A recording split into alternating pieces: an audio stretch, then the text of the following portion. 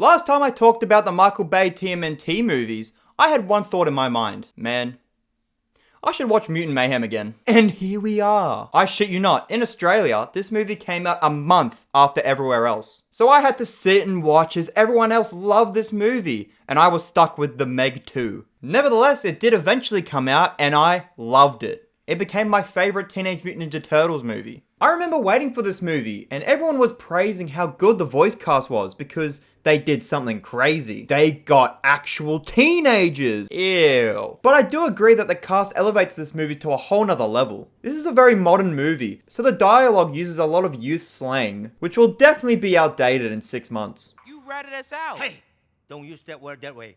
The characters reference modern movies and use the term Riz a few times. Get a girlfriend?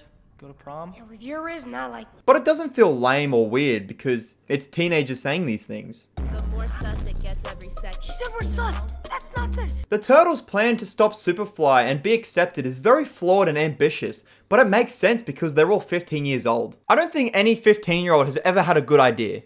Ever. It's Leo's turn to have the hots for April, and he does an amazing job. Yes, it's Leo. You know. Better than Horny Mikey. I really enjoyed the characters' personalities, and especially Splinter. Hands down my favorite version of the character. He's so loving and charming and not abusive like the last one. He's also surprisingly understanding of the Turtles' dreams and desires. He knew when they were younger that they wanted to see the surface, so he took them up there. So when they are older, they want to exist among the other humans. He tries to embrace the idea while also keeping them safe. You just get the vibe that he really wants them to be happy. And I'll never forgive the Turtles for walking out on Splinter, you monsters! It's enough to make a grown man cry. But not this man. Get back in there, Tear. His performance by Jackie Chan is great, and his comedic line delivery hits every time. See? I told you. They milked you. Why is he so good at playing the old senseis? The only reason the Turtles are also ninjas is for self-defense from the humans because Splinter thinks they'll get milked. Like that would ever happen.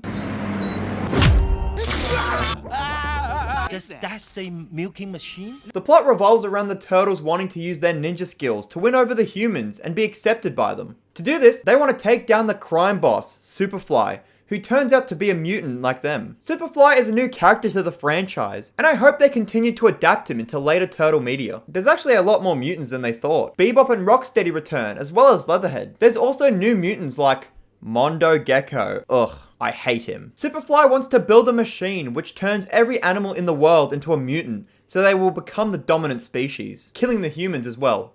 Which sounds like a solid plan, until you realize that it's just gonna cause overpopulation. Do you know how many ants there are? Yeah, that's a lot. And if they were human size, oh my god. Good luck with that, buddy. This plan is good on the surface, but dumb as hell if you think about it. Anyway, the machine is ready to go, but the Turtles stop it thanks to the other mutants, who turn on Superfly. The other mutants didn't want to kill the humans, but they didn't know there was another way, until the Turtles showed up. Superfly sinks into the water with his machine. Yay! Hey, when the machine that turns a bunch of animals into mutants goes off underwater, and then there's animals in the water, like what do you think that does? You shut up, you. What the fuck is that? Having the climax being them trying to take down a kaiju feels a little disappointing to me. The whole film is about the characters more than the action, so this just feels like a big flashy final fight with no substance. I didn't expect Attack on Titan to be a major plot point. The humans fear all the mutants, but April actually does something, and now the people are helping them. Yeah, I feel like April doesn't do much here. She's better than Megan Fox, but not by much. They save the day, and then go to school, which is actually a really wholesome moment. There were seeds planted throughout the film of how badly they wanted to live life on the surface,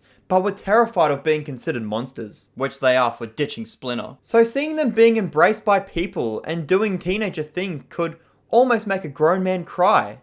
And that's okay. They even sequel bait us with a teaser for the Shredder. I hope he beats the shit out of them on a rooftop. Obviously, everyone is saying that the art style is fantastic, which it is, so I'm not going to go into too much detail about it. Something that was quite shocking for me was that Donatello was my favorite turtle. He had some of the better jokes, and he wears a JoJo's hoodie. How could I not love him? So I wanted to get the figure of him. Then I blanked out, and now I have all of these. Even him. What the fuck? I think I'm missing like April, but who would want April when you could have Wingnut, and Genghis Frog. Let's not dwindle too much on my poor financial choices. The no diggity scene is fire, right guys? Actually, all the fight scenes are done really well, and it really makes me think, how do you even come up with this stuff and execute it so well? What the fuck is this?